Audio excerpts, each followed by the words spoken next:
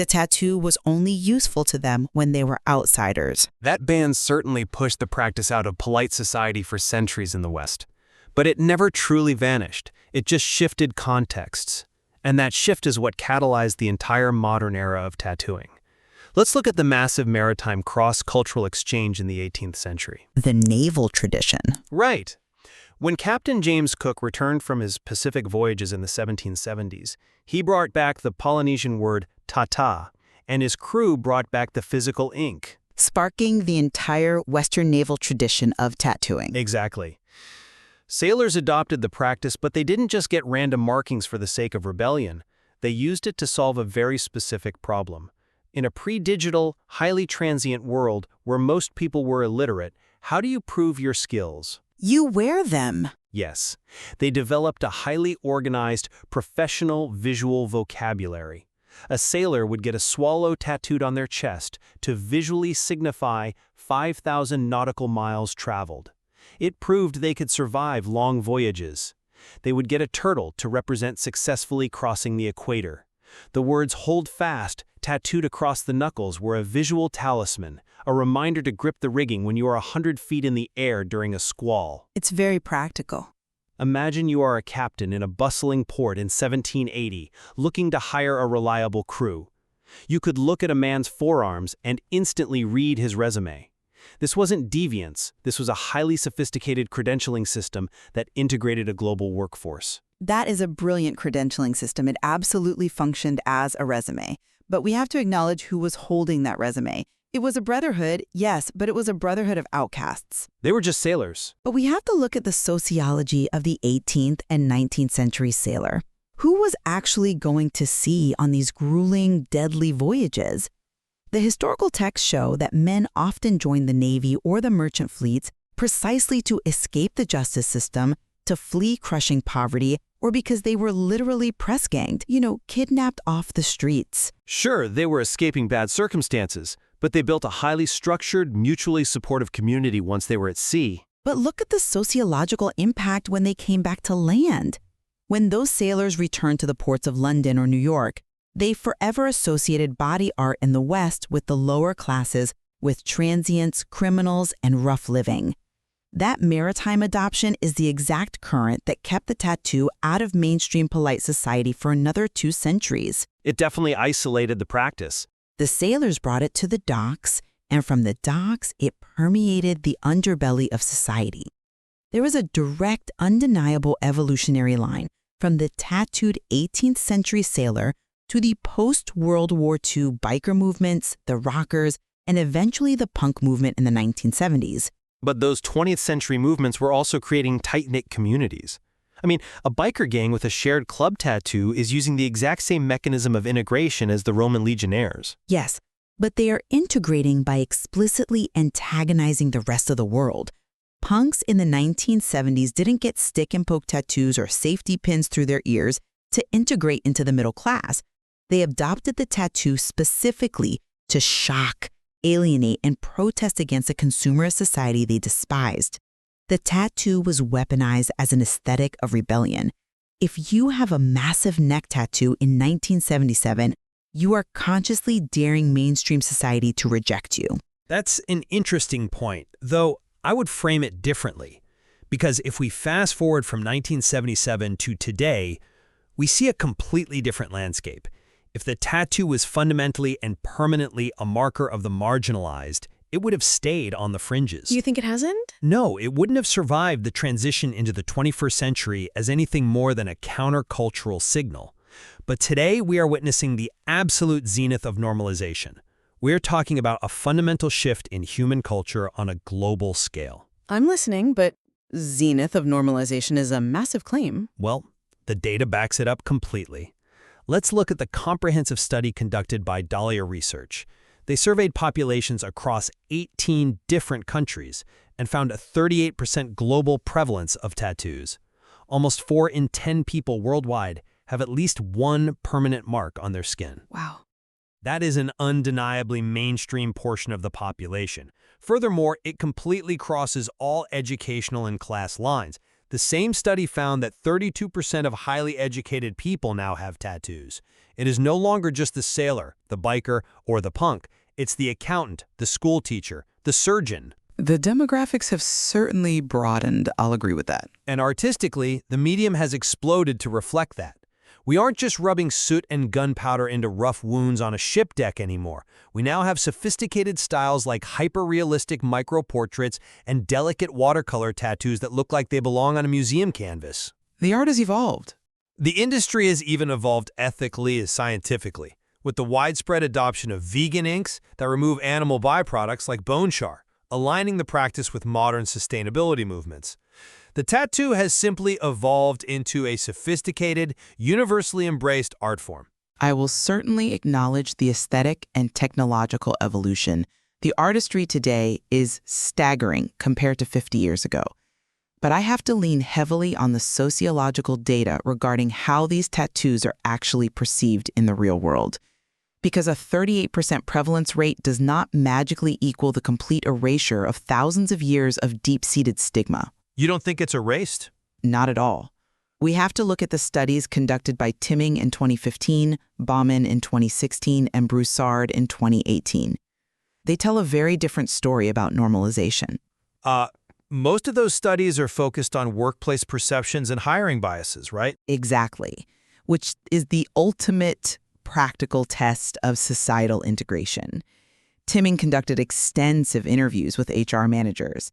And the reality is that despite that massive global prevalence, visible tattoos still severely damage employment opportunities, particularly in the service sector or corporate environments. Imagine walking into a job interview at a high-end bank or a luxury retail store with a visible neck or hand tattoo. The HR manager's subconscious reaction is often immediate and negative.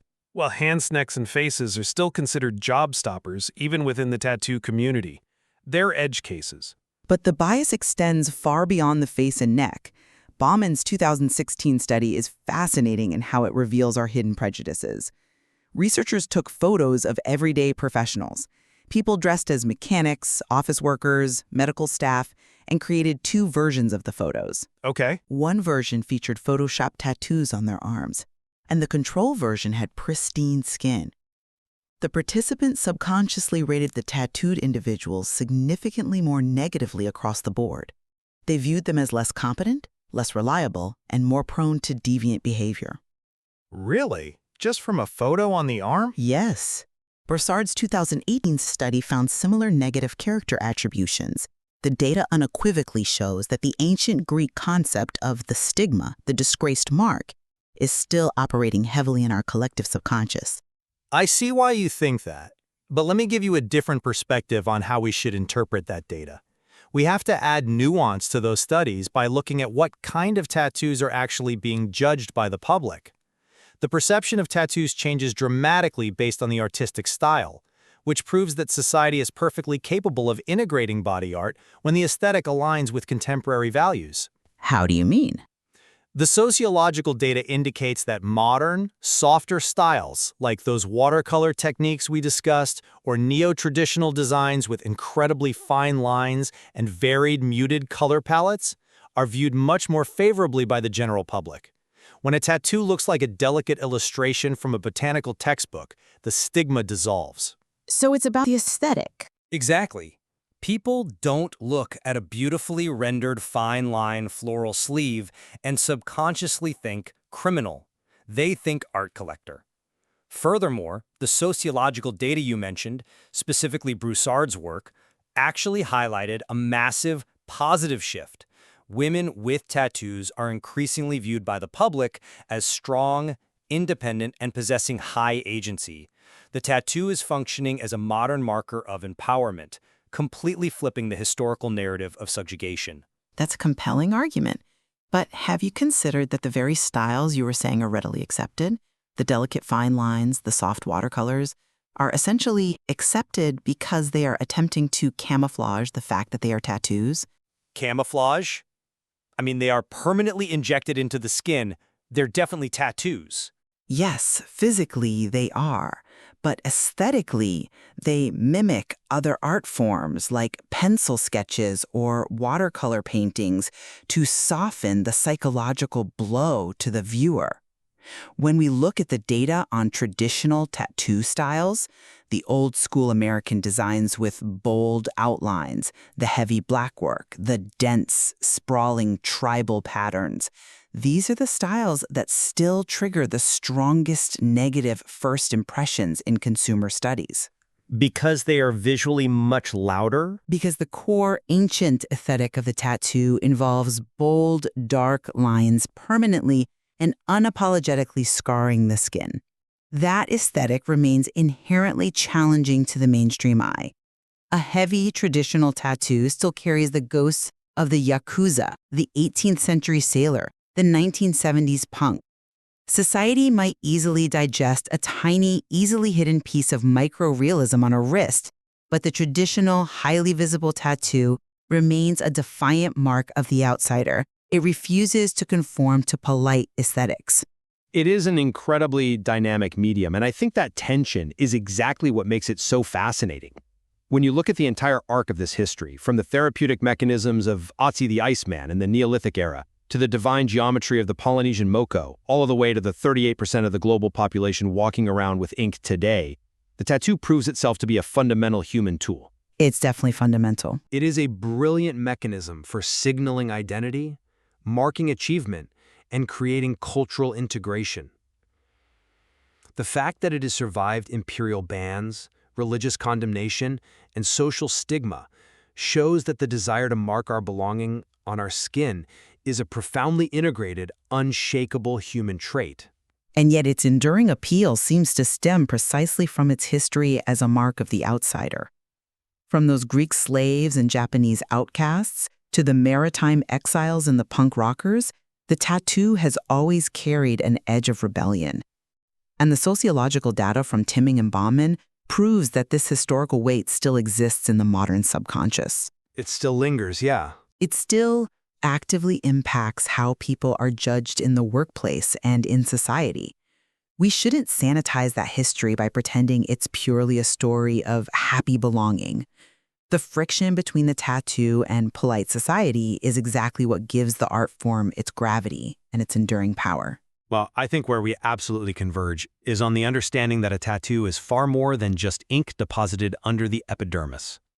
Whether someone is getting a delicate watercolor floral piece or a heavy traditional blackwork sleeve, it is a permanent, living, social signifier. Agreed.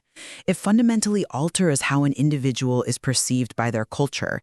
It is truly a testament to the complexity of human culture that a single practice can simultaneously carry the historical weight of divine rank and the absolute lowest rung of criminal exile, all within the exact same medium. Absolutely.